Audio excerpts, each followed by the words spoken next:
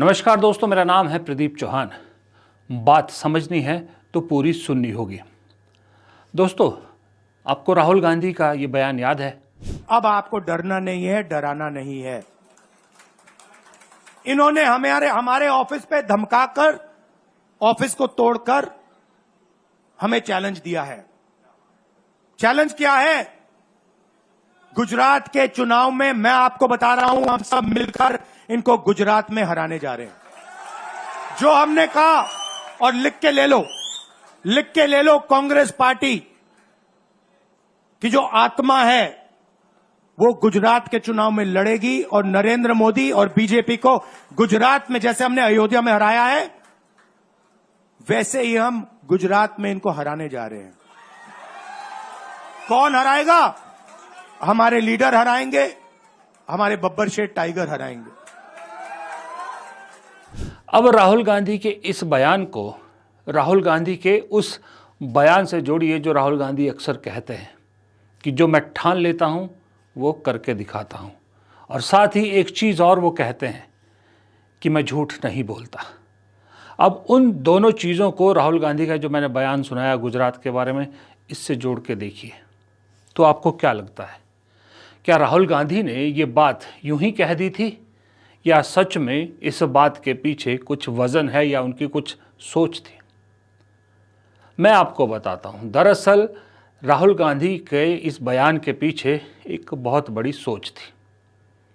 राहुल गांधी के जो क्लोज लोग हैं वो बताते हैं कि दरअसल राहुल गांधी का सपना लोकसभा चुनाव जीतना नहीं है, या यूँ कहें कि लोकसभा चुनाव जीतना है, क्योंकि पॉलिटिकल पार्टी के एक नेता है वो तो रहेगा लेकिन उनका ड्रीम सियासी जो प्रोजेक्ट है, सपना है, वो लोकसभा चुनाव जीत के प्रधानमंत्री बनना नहीं है। वो जानते हैं कि वो अल्टीमेटली हो ही जाएगा, लेकिन उनका सियासी ड्रीम प्रोजेक्ट है मोदी और शाह को गुजरात में मात देना। और राहुल गांधी ने ये जो सियासी ड्रीम प्रोजेक्ट बनाया है, इसके पीछे एक पुख्ता कारण भी है, क्योंकि उन्होंने 2017 में इस प्रोजेक्ट को पूरा होते देख लिया था। तकरीबन बहुत नज़दीक पहुंच गए थे जब 77 सीटें कांग्रेस ने जीती थी और बीजेपी बमुश्किल सरकार में वापस आ पाई थी। राहुल गांधी को उस दिन समझ में आ गया था कि अगर गुजरात में हल्का सा जोर लगाया जाए और एक सिस्टमैटिक तरीके से चुनाव लड़ा जाए तो गुजरात की जनता बीजेपी से मुक्त होने के लिए तैयार है। 2022 में राहुल गांधी थोड़ा सा अपने प्रोजेक्ट से हट गए, क्योंकि उन्हें लगा कि शायद जो 2017 का मोमेंटम है, उस मोमेंटम को वहाँ की लोकल यूनिट कैश करने में कामयाब होगी। लेकिन वैसा नहीं हुआ। उल्टा आम आदमी पार्टी कांग्रेस की ज़मीन खा गई वहाँ पर। राहुल गांधी अपनी भारत जोड़ो यात्रा में बिजी थे। यात्रा के दौरान बीच में थोड़ा सा समय उन्होंने निकाला था, क्योंकि यात्रा के ज़रिए उनका लक्ष्य है 2024 के लोकसभा चुनाव के लिए कांग्रेस की ज़मीन तैयार करना था। इसलिए वो गुजरात पे उतना ध्यान नहीं दे पाए और लोकल यूनिट उनकी उम्मीदों पर खरी नहीं उतरी। उस वक्त कुछ नेता कांग्रेस छोड़ भी चुके थे, बड़े कुछ चेहरे जिन पर उम्मीद थी राहुल गांधी को। ऊपर से अरविंद केजरीवाल या आम आदमी पार्टी ने वहाँ जाकर वही काम किया जो अक्सर करती है, वो बीजेपी के लिए एक आसान की उन्होंने गेम। तो इसलिए वो 2022 में झटका सॉलिड लगा। ड्रीम प्रोजेक्ट पूरा होने की बजाय धराशायी हो गया।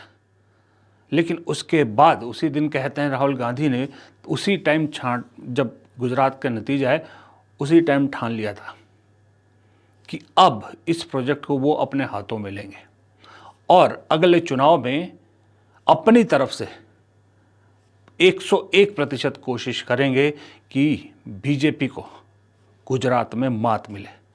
गुजरात में बीजेपी को मात मिलने का मतलब है 4 जो गुजराती इस देश को चला रहे हैं, उन चारों को मात मिलना। मोदी, शाह, अडानी एंड अंबानी। बाकी इनके नीचे जो छोटे हैं वो अलग हैं। 4 मेजर गुजराती जो देश की कमान संभाले हुए हैं, एक स्टेट जीतने से राहुल गांधी को लगता है उनकी साख को बहुत बड़ा धब्बा लग जाएगा, बहुत बड़ा बट्टा लगेगा उनकी साख को।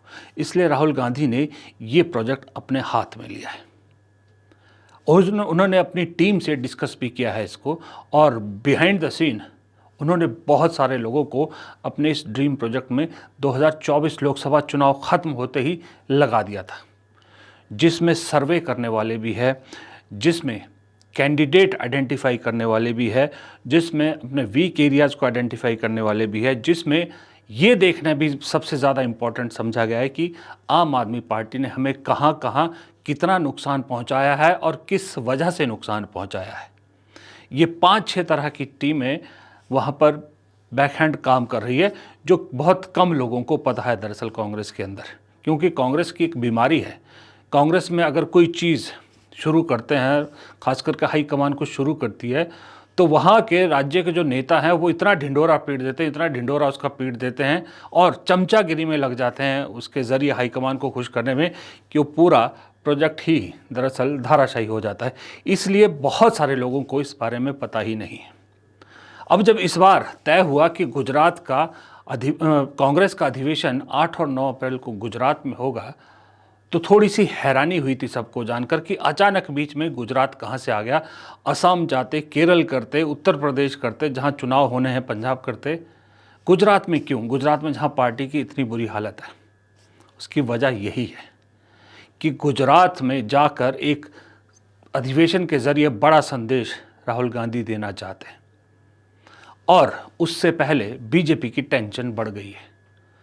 टेंशन इसलिए बढ़ गई कि अचानक से एक प्रोग्राम आता है राहुल गांधी का और कहा जाता है कि अभी 8 और 9 मार्च को राहुल गांधी गुजरात दौरे पर है। उससे पहले कल मुंबई में धारावी जा रहे हैं, वो धारावी के लोगों से मिलेंगे। अचानक से राहुल गांधी का दौरा हो गया, कहाँ का? गुजरात का। और पिछले कल याद कीजिए, मैंने आपको एक तस्वीर भी दिखाई थी, केसी वेणुगोपाल गुजरात गए थे। कहा गया था कि केसी वेणुगोपाल तैयारी देखने गए हैं कि 8 और 9 अप्रैल के लिए क्या तैयारी है। अब केसी वेणुगोपाल ने वहाँ से कुछ फीडबैक दिया राहुल गांधी को, और राहुल गांधी खुद लगता है तैयारियों से खुश नहीं है केसी वेणुगोपाल की रिपोर्ट से, इसलिए खुद देखने गए हैं 8 और 9 मार्च को। अधिवेशन की तैयारी तो देखेंगे ही, पर इस 8 और 9 मार्च को राहुल गांधी ने का जो प्रोग्राम है उसके हिसाब से वो अलग अलग जगहों पर अपने पार्टी कार्यकर्ताओं और पार्टी नेताओं से मिलेंगे और संदेश साफ देना चाहते हैं राहुल गांधी कि बूथ, मंडल और आपका जो ज़िला लेवल है, नीचे से संगठन को उठाइए। अभी 2 साल है, 2.5 साल है चुनाव के लिए, नीचे से पार्टी को उठाने के लिए कोशिश कर रहे हैं। इसलिए वो ऊपरी नेताओं से मिलने की बजाय, मतलब उनसे भी मिलेंगे, लेकिन ज़मीनी स्तर के कार्यकर्ता और जो लोग हैं उनसे मिलना चाहते हैं। इसीलिए राहुल गांधी, आप देखिएगा कहीं भी जाते हैं, बड़े नेताओं के साथ बैठक होती है उनकी, किसी भी राज्य में सब कुछ होती है। गुजरात जब गए थे, ये जो आपको मैंने सुनाया, ये जो उनका बयान, उस वक्त गए थे जब गुजरात में कांग्रेस दफ्तर पर आरएसएस बीजेपी के कार्यकर्ताओं ने हमला किया था, और उस वक्त वो कार्यकर्ताओं से मिले थे, वहाँ पर कार्यकर्ताओं का जोश बढ़ाया था उन्होंने। इसी काम में अपने सहयोग के तौर पे उन्होंने यूथ कांग्रेस को इस्तेमाल करना शुरू किया है। यूथ कांग्रेस की ड्यूटी लगाई है खास करके सोशल मीडिया को ट्रैप करने की, और सोशल मीडिया पर किस तरह से कांग्रेस घर घर तक गुजरात में अपनी बात पहुंचाए, इसकी जिम्मेदारी यूथ कांग्रेस और सोशल मीडिया विंग को दी गई। यूथ कांग्रेस के सोशल मीडिया विंग को, मेन कांग्रेस के सोशल मीडिया विंग को नहीं, क्योंकि वही बात कि मेन कांग्रेस जब कुछ कहती है तो बात बहुत जल्दी फैल जाती है। यूथ कांग्रेस के जो सोशल मीडिया के प्रभारी हैं, आजकल उनका स्पेशल सेशन भी ट्रेनिंग सेशन टाइप चला, वो इसी को ध्यान में रखता हुआ चला कि गुजरात को लेके उनको कुछ चीज़ें बहुत क्लियरिटी से दी गई हैं कि वो किस तरह से बूथ लेवल पे जाके या छोटे छोटे कस्बों के लेवल पे जाके व्हाट्सएप ग्रुप्स बनाएंगे, वहाँ के स्थानीय लोगों को अपने व्हाट्सएप ग्रुप में जोड़ेंगे, और फिर उस व्हाट्सएप के ज़रिए रोज़ाना कांग्रेस अपनी बात उन तक पहुँचाएगी। इस सिलसिले में हो सकता है कि गुजरात का प्रदेश अध्यक्ष भी जल्द बदला जाए और किसी ऐसे चेहरे को कमान दी जाए जो सच में एक जोश पैदा कर सके पार्टी में।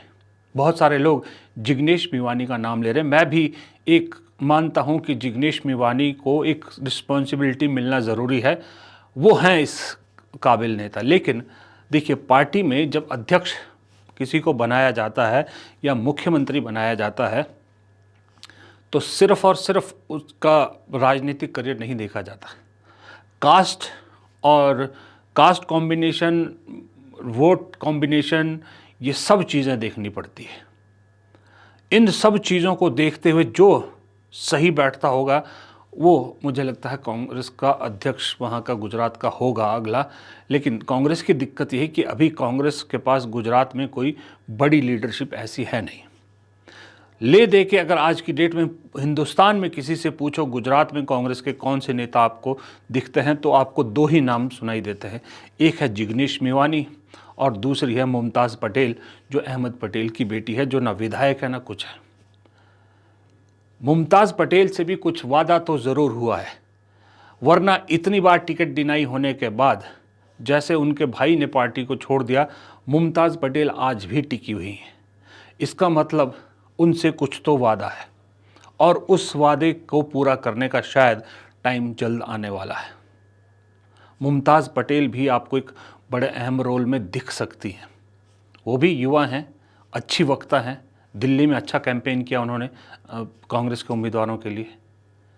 तो कुल मिला के जो राहुल गांधी का सबसे बड़ा सियासी ड्रीम प्रोजेक्ट है गुजरात में फतेह हासिल करना, उसकी तैयारी में एक तरह से एक जिस तो कहते हैं ना कि इलेक्शन मैनेजमेंट ग्रुप तो अभी कांग्रेस में नहीं बना, लेकिन एक सिस्टमैटिक मैनेजमेंट तरीके से गुजरात को ले रहे हैं इस वक्त राहुल गांधी। और कहा जा रहा है कि गुजरात को राहुल गांधी पर्सनली देख रहे हैं।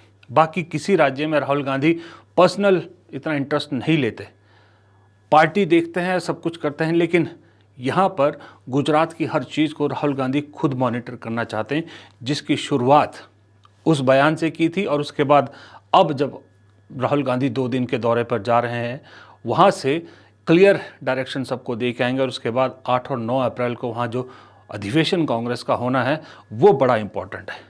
वहाँ से बहुत सारे संदेश न सिर्फ गुजरात के लिए निकलेंगे, पूरे देश के लिए भी कांग्रेस अपना बताएगी अगले 4 साल का प्लान ऑफ एक्शन क्या है।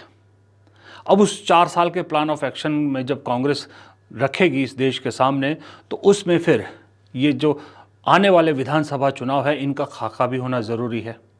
जाहिर सी बात है, उसमें गुजरात भी होगा, उसमें असम भी होगा, उसमें केरल भी होगा, उसमें पंजाब भी होगा, उसमें उत्तर प्रदेश भी होगा, उत्तराखंड भी होगा। और उत्तराखंड से याद आया कि अभी मैंने 2-3 दिन पहले एक वीडियो बनाया था कि कांग्रेस उत्तराखंड को क्यों भूल गई है। शुक्र है कांग्रेस के कुछ लोगों ने वो वीडियो देखा और उत्तराखंड को लेकर कुछ हलचल शुरू हुई। कल सप्पल वहाँ पर गए थे कांग्रेस नेता बाकायदा, और वहाँ अनाउंस करके आए हैं कि मेरा वोट मेरा अधिकार कांग्रेस ने कोई शुरू किया है प्रोग्राम, उसकी शुरुआत उत्तराखंड से होगी, जहाँ पर ये पार्टी जो है, पार्टी की टीम ये तय करेगी, देखेंगे पार्टी के कार्यकर्ता कि कहाँ किसके कितने वोट हैं। ये जो खास करके वोटर लिस्ट में जो गड़बड़ी का एक नया मामला सामने आने लगा है कि सरकार बीजेपी जो है वो कैसे चुनाव जीत रही, किस तरह से एक ही एपिक नंबर पे कई स्टेट्स में अलग अलग वोट बने हैं, उस सब को कंट्रोल करने के लिए उत्तराखंड में शुरू हो गई है। और पहला राज्य कांग्रेस ने इसी को चुना है। तो इसका मतलब चलिए देर ही सही दुरुस्त आए, मतलब देर आए दुरुस्त आए, कुछ तो हुई, कुछ तो हलचल हुई, कुछ तो फ़र्क पड़ा हमारे कुछ कहने से। क्योंकि ये मैं इसलिए नहीं कह रहा कि मैं खुद अपने क्रेडिट ले, मेरे को उत्तराखंड से 2 लोगों के कॉल आए और एक और जगह से भी कांग्रेस के कॉल आए, कांग्रेस के नेता कि उन्होंने कहा कि आपने जेन्युइन बातें उठाई थी और उसको लेके कुछ हलचल हुई है। क्योंकि वहाँ शेयर हुआ मेरा वीडियो लोकल उसमें, तो वो बात तो दिल्ली तक पहुँच ही जाती किसी तरह। खैर, पर चलिए कुछ तो हलचल हुई। तो ये राज्य है, जब इन सब राज्यों का एक खाका आपको गुजरात अहमदाबाद अधिवेशन में देना पड़ेगा, इस देश के सामने रखना पड़ेगा। और जब खाका रखोगे तभी तो उस पर कुछ काम कर पाओगे, एक मैप बनाओगे तभी तो उस पर पार्टी काम करेगी। अदरवाइज़ ऊपर तो जितनी मर्जी प्लानिंग कर लीजिए, जब नीचे कोई इम्प्लीमेंटेशन के लिए कोई गाइडेंस ही नहीं होगी, कोई दिशा निर्देश ही नहीं होंगे, तो फिर कोई फ़ायदा नहीं है। शायद इसी की आशंकाओं को देखते हुए राहुल गांधी ने गुजरात वाला पूरा प्रोजेक्ट खुद अपने अधीन रखा है और खुद उसको मॉनिटर कर रहे हैं। फिलहाल इस वीडियो में इतना ही। अगर वीडियो पसंद आया हो तो लाइक कीजिएगा, दोस्तों के साथ शेयर कीजिएगा। चैनल को सब्सक्राइब नहीं किया है तो प्लीज़ चैनल को सब्सक्राइब कर लीजिएगा और कमेंट बॉक्स में अपनी राय ज़रूर दीजिएगा। नमस्कार।